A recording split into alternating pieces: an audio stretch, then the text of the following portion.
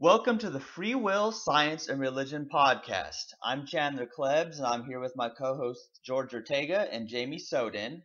And we are going to talk today about how we get misunderstood, how you're trying to express your views about something, and people misunderstand what you're saying. Sometimes they think you're saying the exact opposite of what you actually mean. Yeah, and beyond that, Chandler, I think we want to relate this to the belief in free will because this happens in everybody's lives.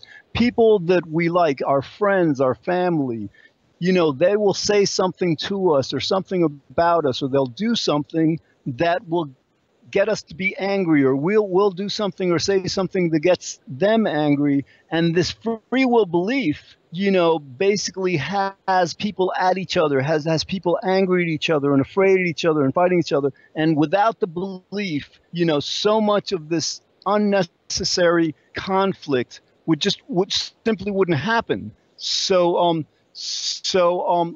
explore why this free will belief just amplifies and makes the disagreements so much more unnecessarily unpleasant. And how by seeing that people don't have a free will, we can just make our relationships go much better.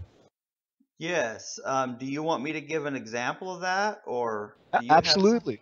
Yeah. No, that'd be great. Okay. Well, first of all, understanding that we don't choose things with a free will. We don't choose what country we're born into, and that also means we don't get to choose which language that we grow up around, which language we learn, and what the definitions of those words are. And by definition, human languages, spoken or written, are terribly flawed. And so right at the very beginning, you show that people aren't able to communicate.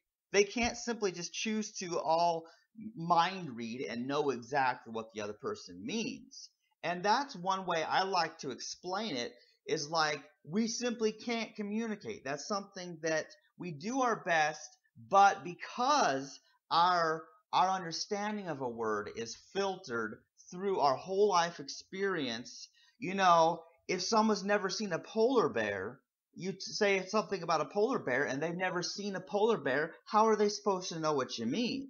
That's exactly the problem I have in communicating with people, because I had that confusion with that one guy, and he was saying that everything's caused but not everything's deterministic and weird stuff, and yet he doesn't get that I'm using determinism and causality to mean the exact same thing, and I tried to clarify that. Yeah. Yeah, that's a great explanation. In other words, because we have different experiences, different environmental influences, what we say and what other people hear is often just very different. And it's not their fault, it's not our fault. We just come from different perspectives. Exactly. It's not our fault when we misunderstand people, or when it's not their fault when they misunderstand us. Okay. Yeah, that is difficult to come to terms with when you come from a background where people said that you're fundamentally responsible or you're fundamentally to blame for whatever wrongs you do, or you should take credit for whatever achievements you have, and well, people make mistakes, don't they? So. Yeah.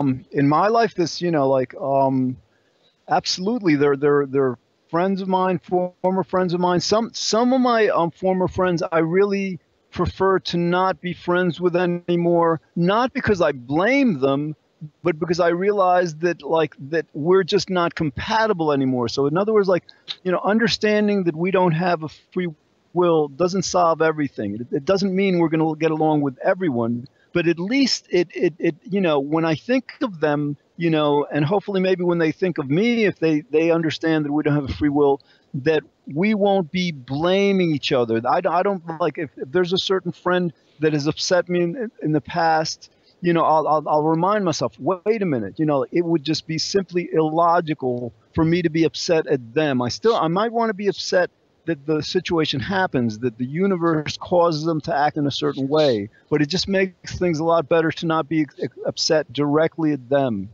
Yeah, and it's better better for your health if you don't hang on to bitterness as well. Because if you carry bitterness to old age and stuff, it's just not a good thing. You don't want to be unhappy, do you?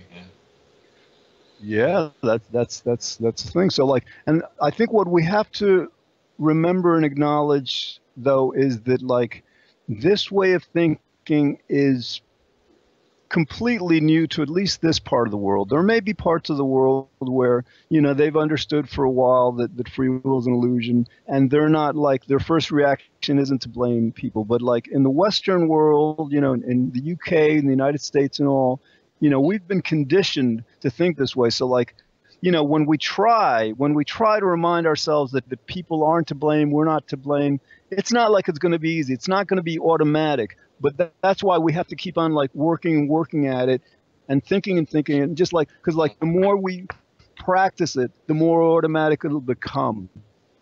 Yeah. But the film analogy that you made for determinism was correct. I mean, there are some like things that can damage like a movie, you know, disc, DVD or whatever. You know, scratches, whatever, but the movie content itself is still the same, or would have remained the same if it wasn't too badly damaged, you know. Okay. Jamie, could you explain that a bit more clearly relative to the free will thing, or relative to human beings? Well, basically what I'm saying is that determinism, you know, it means a timeline can go in only one way, can't it? You know, one outcome. Oh, yeah. Well, yeah, and you're saying that, yes, in other words, like what happened had to happen. Yes, it wasn't their fault. It wasn't our fault. There's nothing we could have done. That's a great point. There's nothing we could have done to avoid it. Yeah. Yeah, and you know, there's this thing, people believe that they could have done otherwise and the other people could have done otherwise. And here's the deal. For example, if someone says,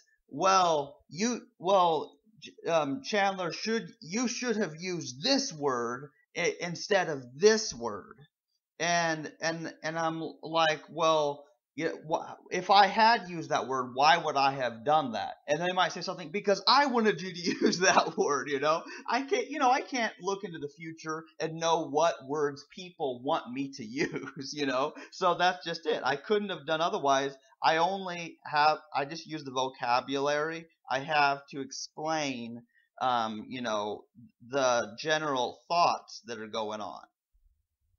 Yeah, and you know, the problem again is that like, and this happens for all of us, you know, I mean, like the misunderstandings that Chandler, you were kind of like explaining before, you know, the word meanings and all. This happens to everyone, and what happens is like, you know, especially like with married couples, with people in very, very close relationships, what happens is they get into arguments, disagreements, misunderstandings often, right? Like what we're explaining.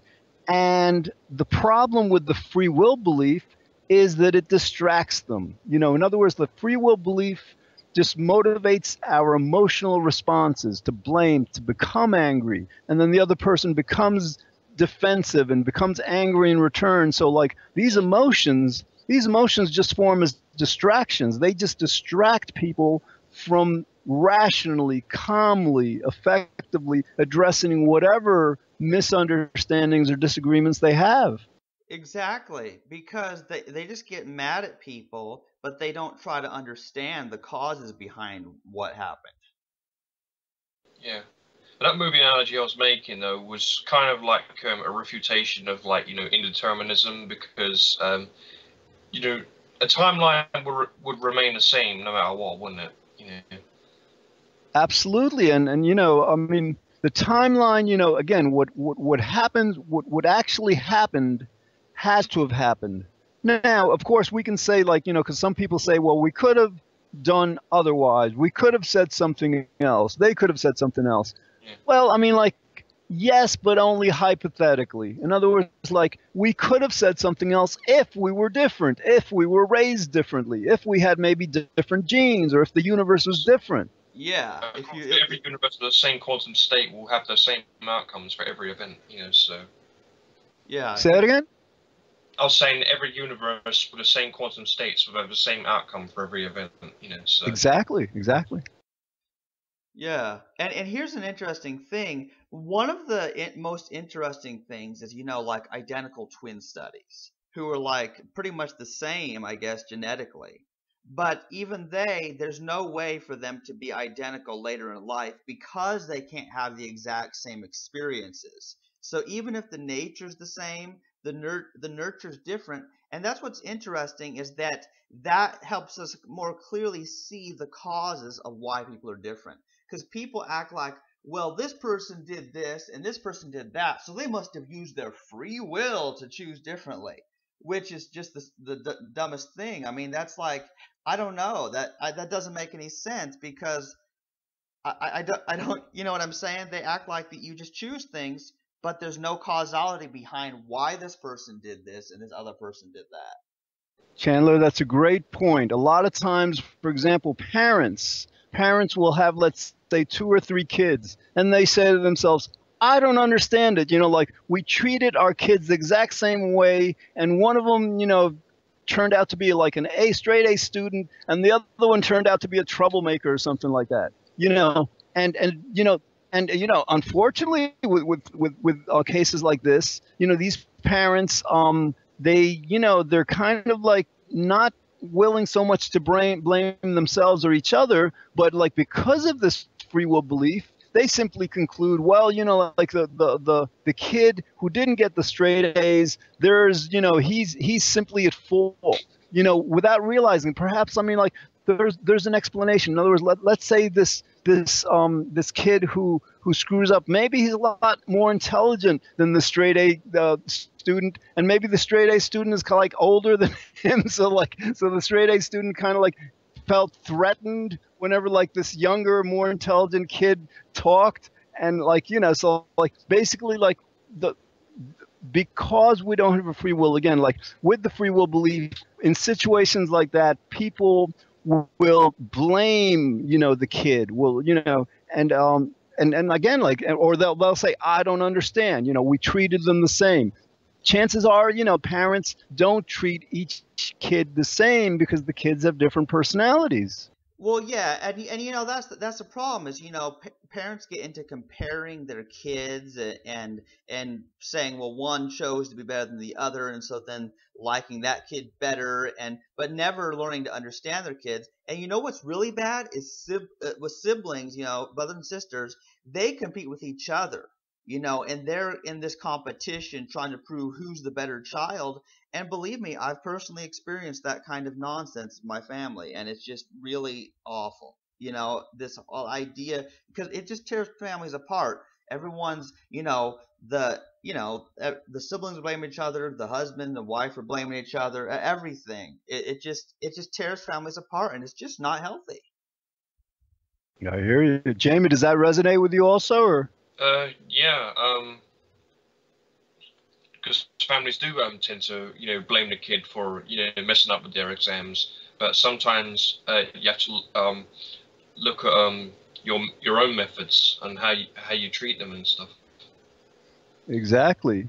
And again, Chandler, you brought up the case of competition. In other words, like, the kids are competing for the parents' affection. So like, if one kid has a talent either academically or in sports or in music or something, the free will belief will encourage that kid to feel superior to his brothers or sisters. And, the free will belief encourages the parents to value, that child more so because of these talents, when the reality is that, one child may be lucky in one way of being, let's say, very good academically. Another child may be good at sports. Another child may be good at music. But none of those talents are in any way up to them. So, like, I think understanding this creates, I think, within the parents, like a better ability to not favor one child over the other, to kind of like, to understand that that like, you know, not favoring a child is probably better for the family, and it'll help I think the kids, the siblings, to be able to see themselves as equal to the other siblings rather than seeing one as better or worse than the other.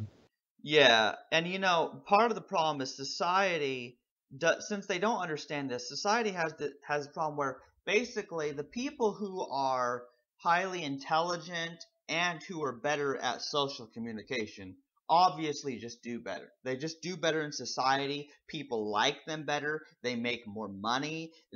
All these things, and then people who are disadvantaged, whatever their disability may be, whether it's social or intellectual or whatever, well, then they don't do so well, and then everyone's judging them and saying, well, what's wrong with you? Why didn't you choose to be as good as your brother over there? You know, and so it's really what it does is then they get feeling bad about themselves because everyone wants them to be something that they're not, and they try to do what pleases people, but they find they can't.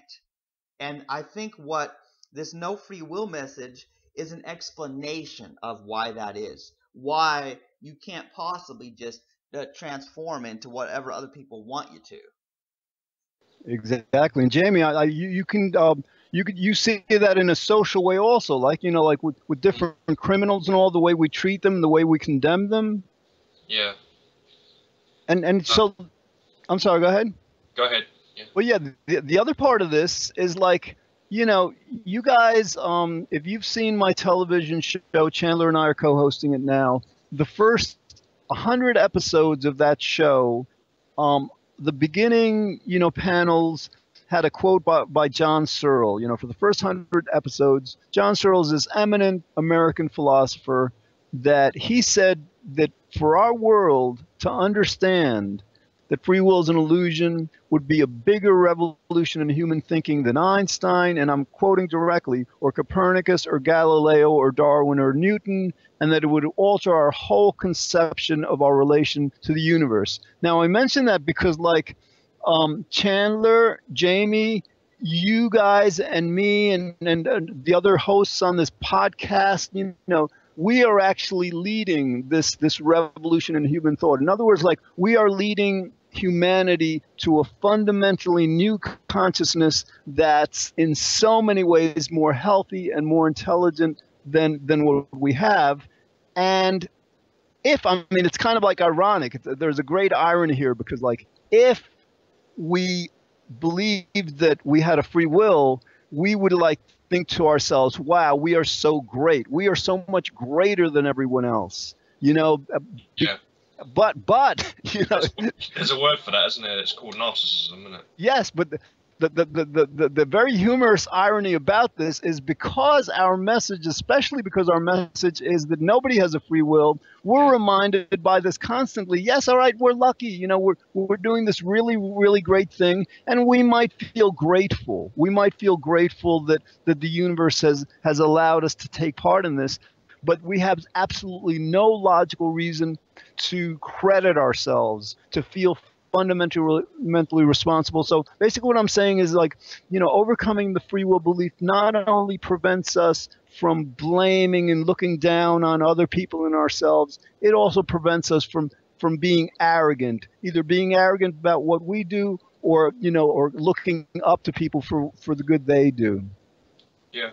I mean, I was talking on this YouTube video a while back, in the comment section, about people who are in the, like, mental hospitals and stuff, and not all of them are in there for committing crimes, but some have committed crimes, and people on the comment section of that video were fundamentally blaming these obviously deranged people and stuff. They're obviously insane, and that's why they were put there to begin with.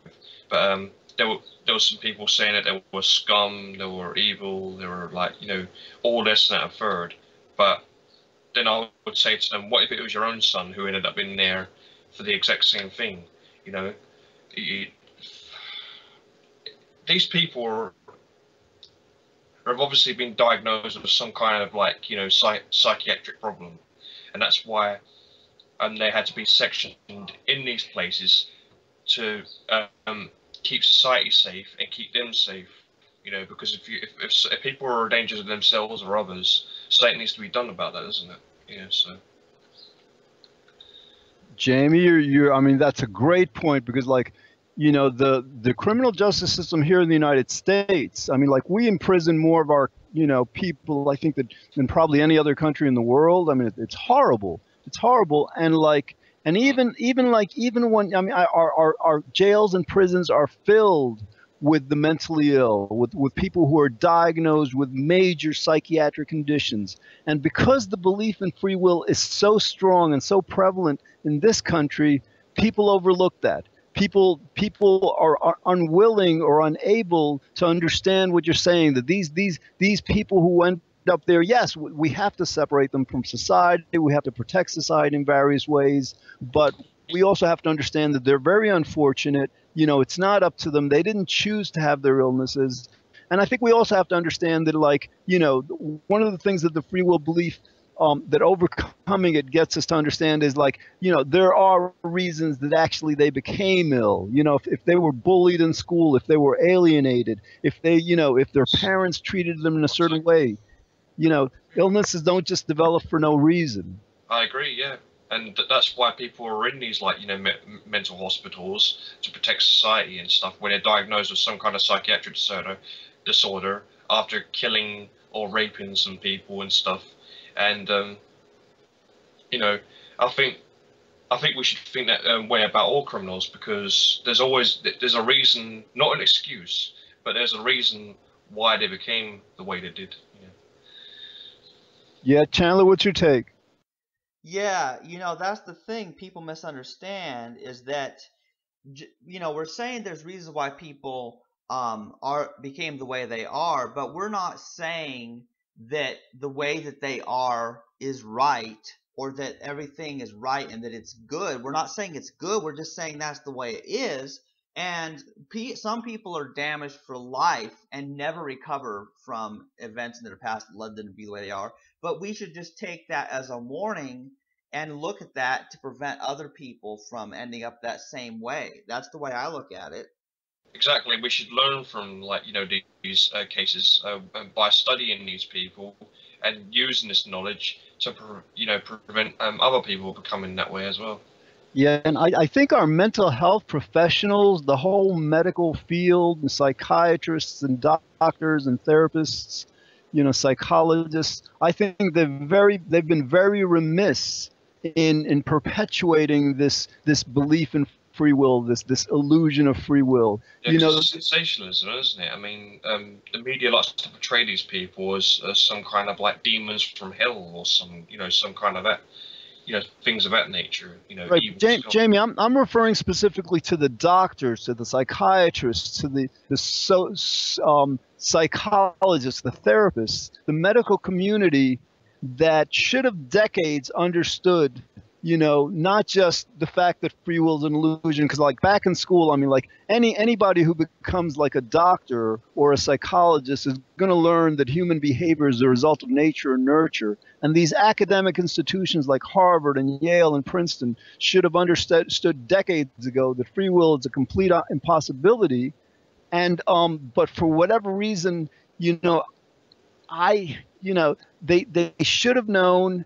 And the problem is, that I think that, one reason that they don't communicate this knowledge, because to the extent that they would communicate it, to the extent they would explain to the world that, hey, these people with emotional problems, and I mean, God, who doesn't have an emotional problem as a human being? I mean, like, we have all these negative emotions, that to the extent that the medical profession would explain this to people, then like, for example, if we these people who are in jail and prison, they probably got that way partly because, like, the people in their lives, their brothers and sisters and parents and friends, couldn't understand them and blamed them and, ostracized them and all. So I think a lot of responsibility has to shift from the individuals who are really, like, just basically caught up in this environment that they're raised in. It has to shift from them to the medical professionals who, again, need to overcome either their fear. Sometimes I think they're afraid of taking on the church because the free will is such an established religious belief. Sometimes maybe I think they may be afraid of taking on the established powers, but they need to like step up to the plate and really, first, get the free will is an illusion, get how important it is, and then start communicating it. Yeah, I think they're afraid of challenging, the free will belief because yeah, it is so big and they'll lose support. They'll lose funding, they'll lose clients, they'll lose business just because of the current state. And yet it will help people so tremendously to understand this. And the whole premise, like, think about it. If people had some kind of weird magical free will ability that just let them choose to feel and do whatever they want, then what do they need a psychiatrist for? What do they need a psychologist or a therapist for if they are some able by themselves to overcome their problems? That's a great point. That's a great point. Absolutely. And that's why people need people. If we're social beings. We talk to people because that's how we figure out our problems. That's how people, that's the value of having friends, and relating to people. Well, yeah, and what's interesting about it is that they're taught that we don't need people. Like, oh, you should be independent and self-sufficient and don't trust anybody. Don't. Yeah, there's kind of like this message like, oh, you should be all on your own. You're an independent individual and that you do everything by yourself. And just the opposite's true. We're stuck in a web interconnected with every living being on the planet, and there's just no way to escape that. And so being aware of it is the first step. Exactly. So, all right, we've got about like 4 minutes left, 3 minutes. What we also have to understand, because like just, recently I was indicting the medical profession, and we were kind of like maybe blaming people and blaming society for not getting that free will is an illusion, for not sufficiently promoting it all. But I think, we also, of course, have to acknowledge that they don't have free wills either, that the universe, is basically compelling them either to not understand it or to understand it and not have the emotional or the intellectual integrity to accept it, to lie to themselves and then lie to the rest of the world. And so, like, none of this is up to any of us. So that's also very important to acknowledge. Well, Yeah. You don't wiring that's in your brain. I've always said this about the people we know. Like, your genes are your genes. You didn't pick them before you were born, so therefore you had no say in how they developed. So. Yeah, and here's the thing: is I understand what George is saying. Look, we're not blaming these mental health professionals and that sort of thing either, because and here's the thing about it: how in the world were they supposed to know this until the information's out there? I mean, this is something that only recently people have begun to seriously explore. Because it's relatively new. And here's the deal: when you go to school to be a psychologist or whatever, whatever they teach you in that school, whatever training you take, well, that's the information you're going by. You're not necessarily going by the information and exploring the illusion of free will with George Ortega. You know what I mean? That's not their training program that gets them into their profession. You're right. But having said that, Chandler, I think it's time that it become their program. I mean, like, people like us, we happen to be more intelligent than the average person. It's not anything we can take credit for because it's our genes and our upbringing. So we may have understood this before other people, and we're helping to promote it, to teach it. But, anybody who's capable of getting into med school is capable of understanding this, so that they really should be understanding this soon. All right, Chandler, we have about 50 seconds left. Yeah, do you want me to end it or? Yeah, wrap it up. Yep. Okay, well, I hope you've enjoyed this exciting episode of Free Will, Science, and Religion. I don't know if there's anything else to say. No, that's great. All right. Our next episode, let's deal with the religious aspects of this, because I think like religion is the main reason why we continue to believe in free will. So let's approach, I guess, the same theme, why it's so hurtful on a personal level, and how people can overcome it, with religion. Okay, sounds like a good idea.